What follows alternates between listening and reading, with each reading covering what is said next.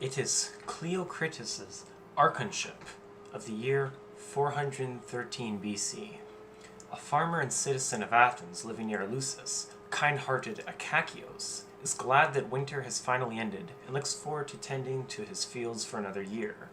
Being middle-aged and something of a skeptic, Akakios has never attended too many religious festivals, bar the ones expected of him to go to, and occasionally other ones as well when friends and family have urged him to go.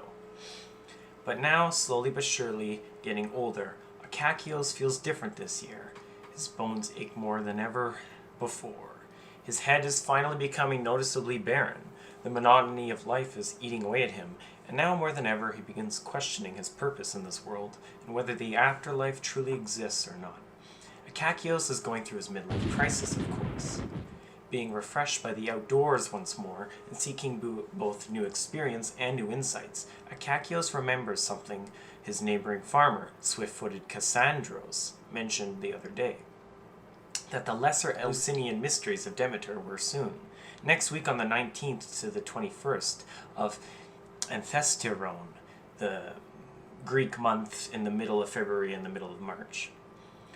In fact, in the nearby town Agra, a suburb of Athens. Akakios remembers his dear neighbor telling him that this season's mysteries were not that large or important in themselves, but were required to be in so one could be in the greater mysteries later in the year. Akakios was unsure if he would be allowed in as a mere farmer, but Cassandros assured him all were welcome.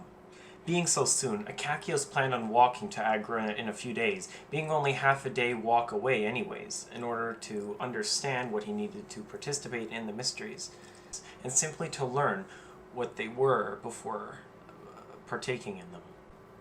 The Lesser Mysteries.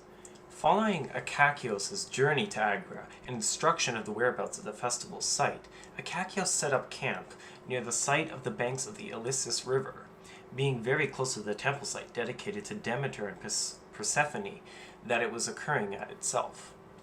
At last, the day finally came on the 19th and began first with a ritual cleansing in the river. Following this, Akakios and the others were instructed in many things by the guiding Mystagos, in allegorical stories of Demeter's journey of losing her daughter and gaining her again, in song and dances relating to the story. Ever since the river purification, a fast was started in the group, and the group would not eat until the last day of the festival. The day ended with some sacrifices to the gods Demeter and Persephone in the form of pigs. The second day went much the same, with other songs and dances being introduced to the group to partake in.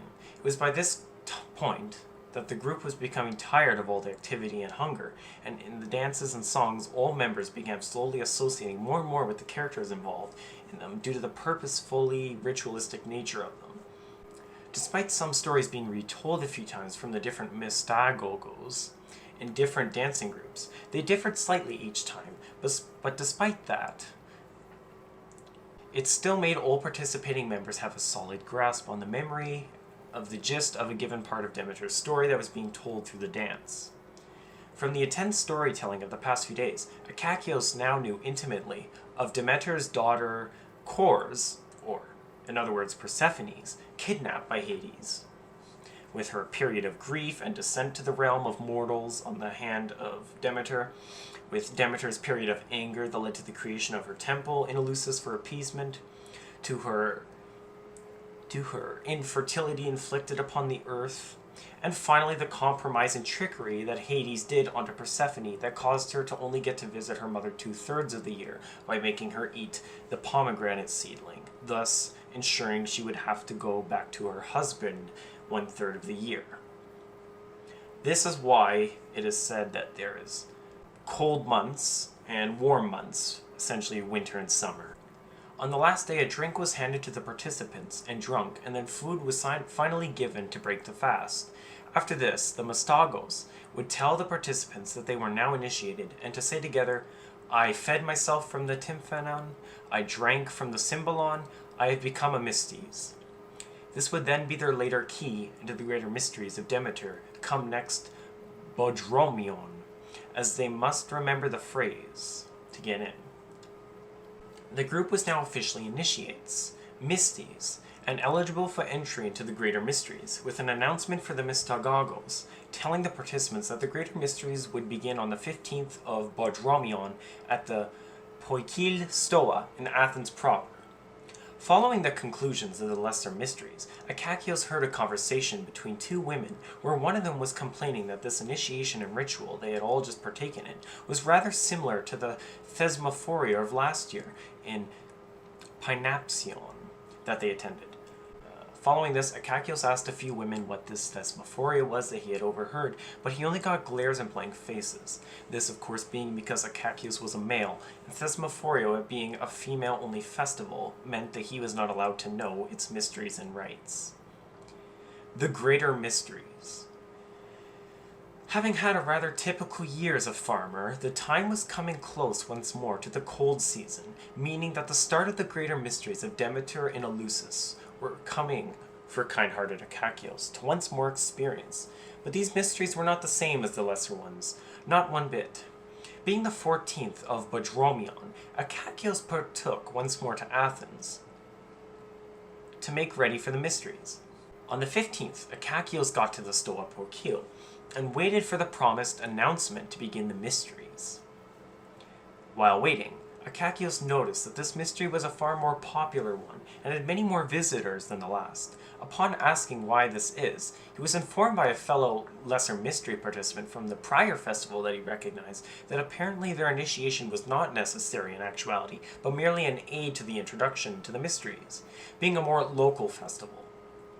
The two were then interrupted by the Hierophant, who announced to the crowd that the beginning of the mysteries was now officially started. Despite this, the first day did not have much activity, except general announcements of what the next few days would entail. Nothing specific, of course, to the rites and mysteries themselves, but simply what each participant needed and more general expectations. One such expectation was to have a piglet ready for them before the second day. Thankfully an easy supply in the city for a small fee. On day 2, Akakios and the other Mystes gathered their piglets to be ritualistically washed and purified in the sea on the coast of Piraeus, and following this, returned to Athens where they sacrificed the piglets. Not much is known on what transpired the third day of the activities in Athens, but on the 4th and 5th days, the initiates did ritualistic plays of the story of Asclepios, whom was known in legend to have arrived late at the mysteries, and thus was dedicated these last 2 days in Athens for the over week-long mystery festival of the Mysteries of Demeter. Following this, the Hierophant started the walk on the sacred way to Eleusis, dressed in religiously significant clothing and marital wreaths to begin the mysteries in Eleusis proper. Leading on the walk, however, was a wood statue of Iochus, the leader-in-chief of the mysteries, who is the genius of Demeter, as he is known by. Eventually the group got to a bridge wherein the group would put saffron-colored ribbons called krakos on the right hand and left leg of every Mysti, after crossing the bridge. By now the group of Mystes would have went on with torches due to the sunset occurring. The group then would later get to a second bridge, crossing the Kephissos, where they would be insulted and belittled by each other. The last event of the day, when the group finally made it to Eleusis and its sanctuary, where Iochus was ceremoniously returned, and singing and dancing occurred by the initiates in honor of Demeter around her well, would have occurred, supposedly to cheer her up. On the next day, the 20th of Biodromion, further sacrifices were made to all the gods of the sanctuary, but especially Demeter, followed by more fasting in a similar fashion as how the lesser mysteries occurred. Before the mysteries and ritual of the Telesterion occurred, the initiates would have reenacted Demeter's griefful search for Persephone, following her kidnapping, with the coming dark of evening and early night perhaps symbolizing the chthonic element of the story. As the night progressed, the fast was broken by the drinking of the kykion, in symbol of how Demeter herself had drunk a similar mixture of soft mint and meal in the Homeric myth. That said, it was likely that the drink given out at Eleusis would have included the related mint family plant pennyroyal, which means they may have simply been there for symbol to the myth as a mint family plant, a hallucinogen, or merely as a mild depressant. This is because this plant can act as a convulsant, a hallucinogen, among many other properties, depending on the dose. So it is not known for what reason this plant would have been in the drink, other than the fact that it would have been similar tasting to the mint described in Homer's myth. Being on an empty stomach, however, would have increased whatever effect any substance the initiates would have taken into them, regardless of what it was, but more on this later. Following the drink of this kykion, the 2,000 or more procession would have slowly entered the Telesterion temple, whereupon more shouting would have occurred, similar to the previous bridge rite, and the myrtle wreaths would have been replaced by ribbon ones. This is where the secret rites would have begun after the Mystes repeated the phrase, "I fasted, I drank the kykion," or some other variation of the phrase similar to the Lesser Mysteries when they said that. Theories on the Mysteries.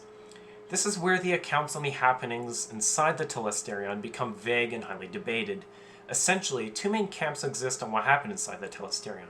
One side says that this rite was a sober one, being no different to Christians drinking wine in church as part of the ceremony and symbolism of the body and blood of Christ. But the other camp argues that it would have been possible for all sorts of plants and even mushrooms to have been ingested as part of the rite of the ceremony, some even saying the mystery itself was the drugs involved. Kerényi, for instance, gives opium poppy as a possible account of what would have been partaking in the ceremony. This makes sense, being that Demeter has extensive imagery of poppy flowers near her sites, such as in the figure below. And likewise, poppy is known to cause people to go to sleep, and is also known for giving visionary accounts, much as actually more traditional hallucinogens would have been. So this would have made sense. Other hypotheses say that it could have been ergot, a common fungal must that infests many types of grains such as barley, and has LSD-like compounds in it called LSA. This could explain Demeter's extensive grain and barley symbolism in the Mysteries, and why grain mush must have been in the kykion to begin with, as described in the Homeric myth on Demeter. Other theories exist too, stating it could have been a psychedelic mushroom of either the psilocybin varieties or amanita varieties, due to an anagram in the ingredient list spelling out mushroom in Greek, mouka. Regardless of if these substances, however, really did play a part in the ritual and mystery, whether directly via hallucinations or indirectly via merely changing the participants' experiences, of course, all dependent on dose. The darkness of the ritual's activities would have had an effect on the psyche of any person.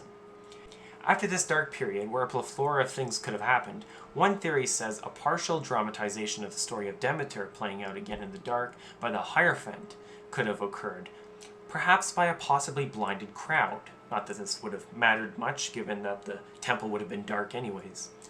Afterwards, a loud noise would have been made by the Hierophant, in which some sort of flash of light caused by the Epopte, the higher initiated people from the last year, suddenly lighting many torches would have occurred, with the announcement being made that Persephone and Demeter were now united as mother and daughter again. The final part of the ceremony involved the Hierophant telling the initiates the secrets of the story of Demeter and the hidden allegories therein, with the aid of sacred objects being displayed during all of this. The final initiation thus was made, with all the Mysti present now becoming official Apopte. Despite the 9th being the official last date of the rites, it was the 8th, with the last of the actual activities, involving minor rituals for the dead being done in the form of libationary offerings to the earth. Regardless of the possible drug usage, however, our character Akakios would have definitely had a profoundly life-changing experience.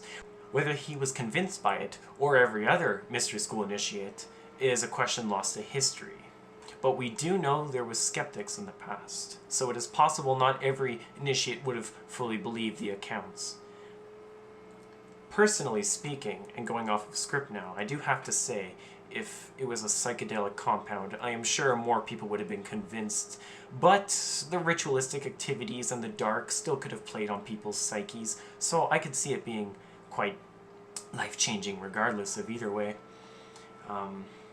Just to make a small inference based on personal knowledge, not a part of my work at all today, I do have to say that if people were high in some sort of psychedelic within the Telesterion temple, based on what I hear and read of what the Hierophant would have been doing, it reminds me greatly of what shamans in South America do regarding the ayahuasca rites, where they guide the participants through various stimuli with fanning, singing, and other such things being introduced to the participant, and thus changing the trip and the nature of what they're seeing and learning from the experience. But this is just a relation I make. It's not to say it's actually what happened, but it would make sense. And to end, I'm also going to say, just based on personal knowledge at the moment, what I've read here with the Kakayan reminds me greatly of the Vedic and Zoroastrian as well, soma drink. And in fact, some of the herbs that were in these papers I read were indeed some of the same hypothesized ones. In specific, the Amanita muscaria that I have in my work here, and Syrian rue was also in some of the papers I researched, but I didn't cite it because there was simply too many compounds to write down, and I did not have the time or the density of this project itself did not warrant me listing every single ingredient and every single hypothesis. But yes, indeed, I do see a relation between these things. And being both Indo-European groups, I could see there being a relation. But this is, again, just a personal message and not part of my assignment proper. In any sense, that concludes our tale of Akakios and his journey into the Eleusinian Mysteries.